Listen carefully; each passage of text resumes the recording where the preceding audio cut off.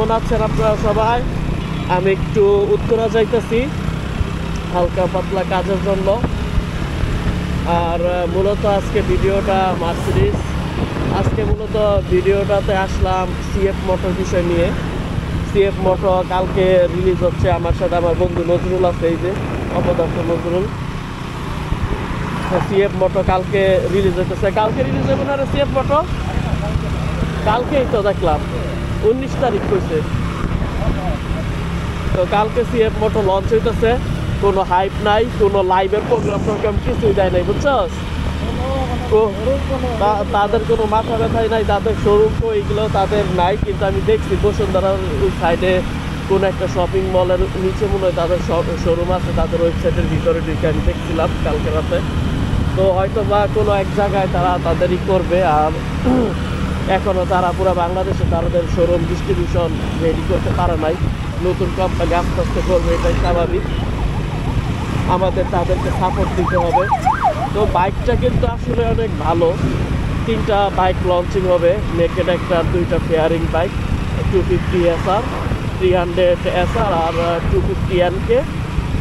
3টা বাইক তাদের লঞ্চ হচ্ছে।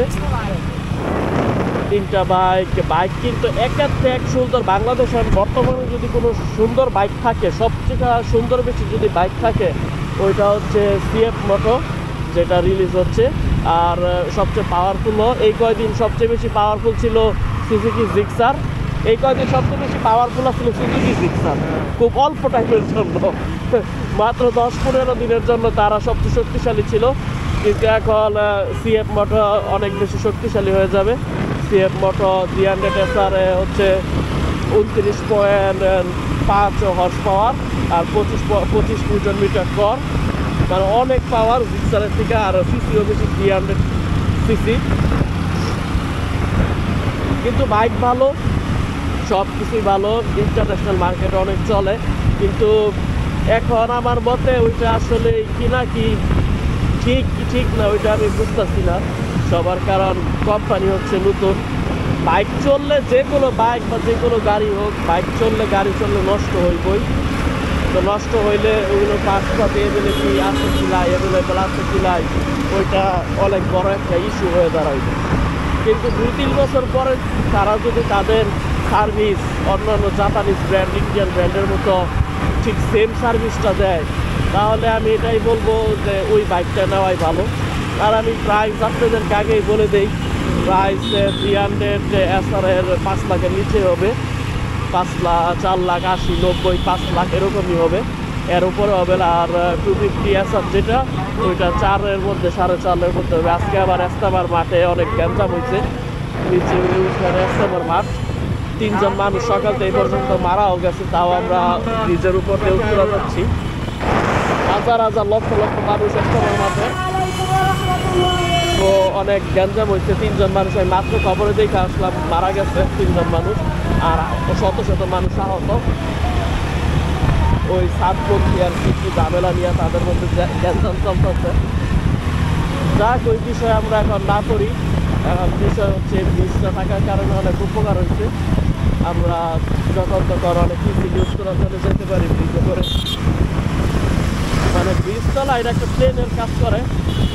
প্লেন দিয়ে যেমন বাধা বিঘ্নভাবে সারা যাওয়া যায়, এটাও বাধা বিঘ্ন সারা বাইক দিয়ে যাওয়া যায়। আবার গাড়ি দিয়ে মাঝে মাঝে জ্যামও করা লাগে।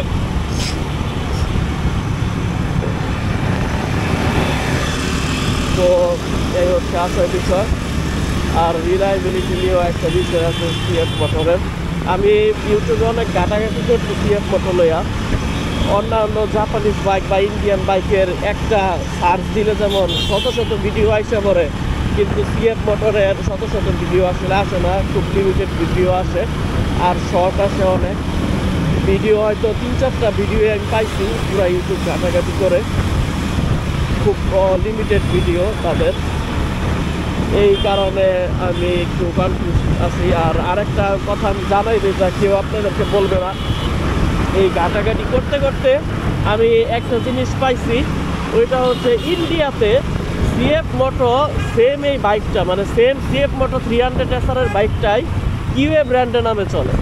আমাদের দেশে আপনাদের মনে আছে কিনা মাঝে কিছুদিন আগেও কয়েক বছর আগেও কিউএ ব্র্যান্ড মোটামুটি ভালোই চলতো, কিউএ ব্র্যান্ড নামে চলতো তখন।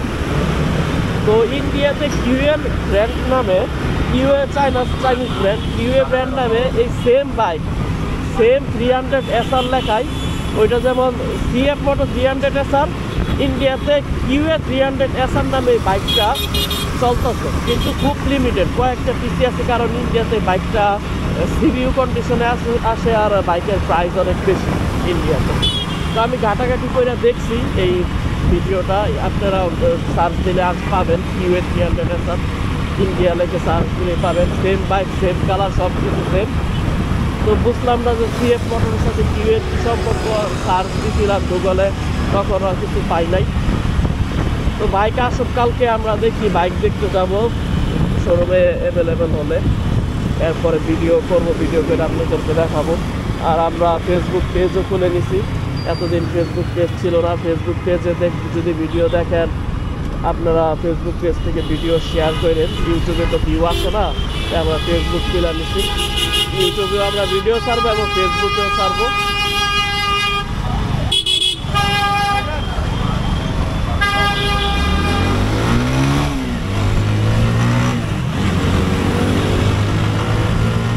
তো ভিডিও আপনারা ফেসবুকেও শেয়ার করেন। আমরা এই যুদ্ধরা আশা করছি, এখন আমরা বল রাস্তাটাকে টাইট দিব, টাইট দিয়ে আবার আমরা আগে ফিউল নিব পাম্পে, পরে আবার আমরা চলে যাবো এখান থেকে। তো কালকে এটা বড় কথা যে কালকে সিএফ মোটর লঞ্চ হচ্ছে 300 সিসির বাইক অনেকগুলো, আর সামনের মাস বা এর পরের মাসের মধ্যে আরও অনেক বেশ কয়েকটা চাইনিজ বাইক ঢুকবে, ওগুলো সিএফ মোটরের মতো সুন্দর, আর কিছু আছে সিএফ মোটরের থেকে বেশি সুন্দর, সবগুলোর প্রাইসই রিজনেবল হবে অন্যান্য বাইকের সাথে তুলনা করলে। কিন্তু রিলাইবিলিটি নিয়ে একটা ইস্যু পাইকাই যায়, আমি এটাই বলবো। তাও দেখা যাক, ভালো হইলে অবশ্যই সবাই কিনেন, আমিও কিনবো ইনশাল্লাহ।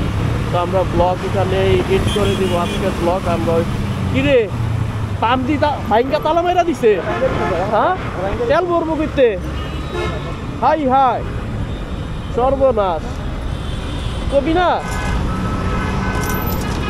এটা না পাম্প চলতেছিল, ভাঙলো কবে? আর তো 2-3 কিলোমিটার চলবো বেটা হুন্ডা, হ্যাঁ আর 2-3 কিলোমিটার চলবো, টিয়ারপুরি তো যাইতে আর তো উপায় নাই। সর্বনাশ, সেদিনকে আমি উত্তরত্ব তেল বইরে লয়ে গেলাম গত সপ্তাহে, কবে ভাঙলো এটা?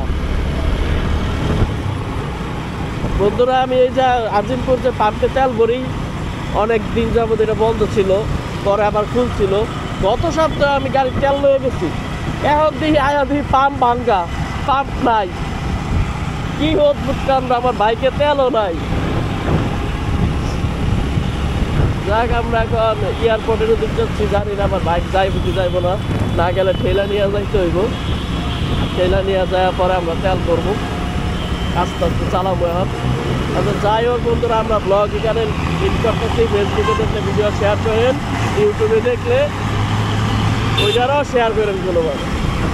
আল্লাহ হাফেজ বন্ধুরা।